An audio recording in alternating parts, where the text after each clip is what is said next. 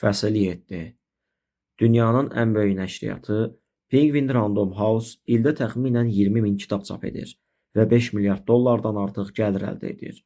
Şirkətin ABŞ-dəki baş qərargahı Manhattanın mərkəz hissəsində, Broadway küçəsində yerləşir və Random House qülləsi adlı parlaq boz şüşəli göydələnin 24 mərtəbəsini tutur. Bu gecə ofislər sakit idi. Şəhərdə gecə yarısını çoxdan keçmişdi. Hətta təmizlik briqadaları da işini bitirmişdi.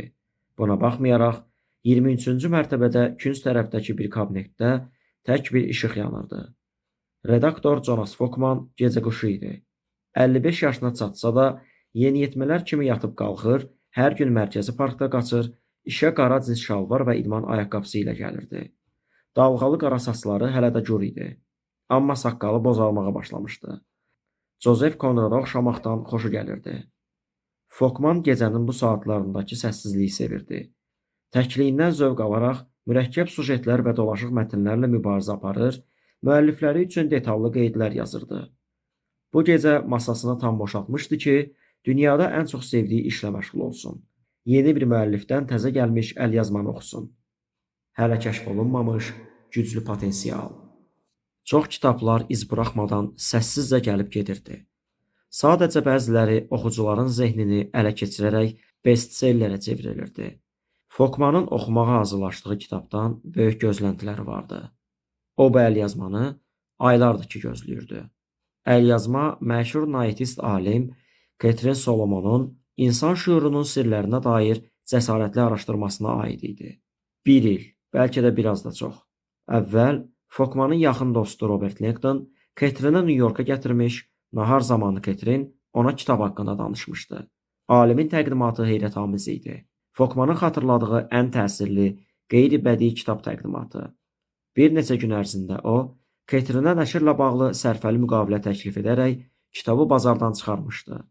Katrin bir il boyunca tam gizlilik içində yazmışdı və elə bugün Praqadan zəng edərək əlyazmanı bitirdiyini və oxunmağa hazır olduğunu bildirmişdi.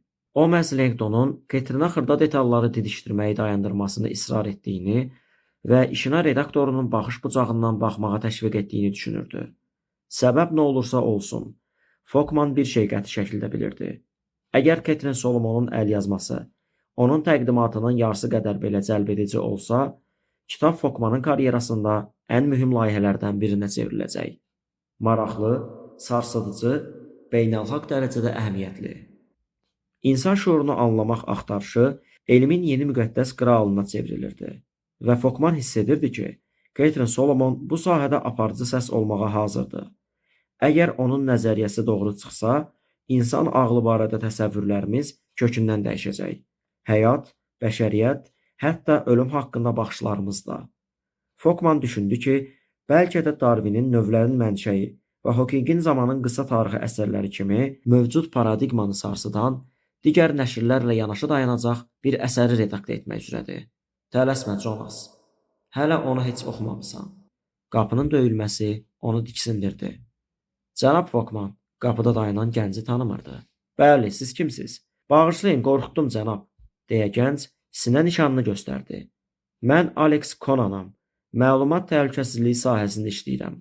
Əsasən gecələr sistem yüngülləşəndə, oğlanın dağınıq sarı saçları və üzərindəki pizzeriya, papagayo yazılı köynəyi onu texnikdən çox bir sörfçüyə bənzədirdi. Sizə necə kömək edə bilərəm, Alex? Yəqin səhvlik olub, dedi gənc. Sistemdə məlumata icazəsiz giriş qeydə alındı. Məlumatlara Folkman düzəliş verdi. Görəsən insanlar nə vaxtsa data sözünün cəm şəkildə işləndiyini qəbul edəcəklərmi, deyə düşündü. Əminəm ciddi bir şey deyil, oğlan dedi. Naməlum istifadəçi bizdən nadir xəbərdarlıqdır. Ona görə narahat oldum. Amma görünür sistemə siz daxil olmusunuz. Yəqin hesabınızda sadə bir texniki nasazlıq var. Mən daxil olmamışam, dedi Folkman və monitora işarə etdi. Kompüterin bütün gecə bağlı idi. Oğlanın gözləri çox az da olsa böyüdü. Folkman bir qədər narahat oldu. Kimsə mənim hesabıma daxil olub? Yox, yox, dedi texnik. Yəni daha yox. Kim idisə artıq sistemdən çıxıb. Kim idisə? Bu nə deməkdir? Gənc artıq narahat görünürdü. Bu o deməkdir ki, kimsə sizin şəxsi bölmənizə daxil olub, cənab. Şifrə və ya rəsmi icazə olmadan. Hər halda kifayət qədər peşəkardır. Çünki bizim sistemimizdə hərbi səviyyəli firewall qorunması var. Dayan, konkret nəyə daxil olublar? Fokman masasına tərəf dönüb kompüterini işə saldı. Bütün peşəkar həyatım o lənətə gəlmiş serverdədir. Kimsə sizin SFW-larınızdan birini sındırıb. Fokman donub qaldı. Bu mənim istədiyim cavab deyil. SFW-lar Penguin Random House-da yeni tətbiq olunan bir sistem idi. Oğurlanmış əlyazmaların kitab piratçılığı hallarının artması səbəbindən bəzi redaktorlar ən çox satılan kitabların müəlliflərini əlavə təhlükəsizlik üçün PRH serverlərində işləməyə təşviq etməyə başlamışdılar. PRH-ın ən qiymətli əlyazmalarının bir çoxu bir tək təhlükəsizlik məkanında yazılmış, redaktə olunmuş və saxlanmışdı.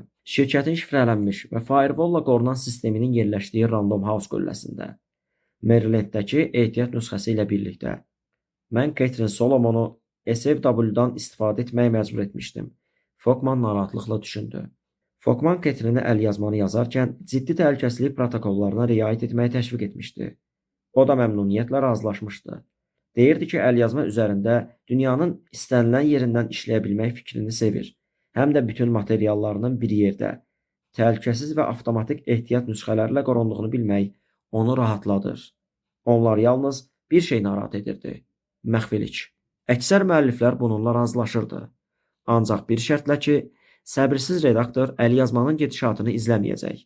Bu səbəbdən SFW-dan istifadə edən hər müəllif virtual iş mühitini parolla qoruyurdu. Yəni, yalnız müəllifin bildiyi giriş kodu.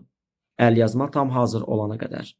Fokman düşündü ki, Catherine bugün əlyazmasını təhvil verməli idi. Daha əvvəl Praqadan zəng vuranda Catherine özünü hazır hiss etməsə də Fokmana giriş kodunu vermişdi ki, o əlyazmanı oxumağa və redaktə etməyə başlasın. Fokman dərhal masasını təmizləmiş, həmin gecə əlyazmaya köklənərək həftə sonu onu başdan ayağa oxumağı planlaşdırmışdı. Amma indi uzun müddət səbirsizliklə gözlədiyi gecə bir təhlükəsizlik işçisinin gətirdiyi narahat xəbərlə pozulmuşdu. Hansı SFW sındırılıb? Fokmanın boğazı qurumuşdu. Hansı kitab? Gərgin halda sualı təkrarladı. Alex kağızı açdı. Deyəsən hansısa bir riyaziyyat kitabıdır. Fokmanın içində kiçik bir ümid işartısı parıldadı. Adı Sa-ədir. Fokmanın ürəyinə yenidən soyuq bir qorxu çökdü. Nəfəs al, Jonas. Nəfəs al. Sa-ə riyaziyyat kitabı deyildi. Bu abreviatur idi. Solomon. Adsız əlyazma.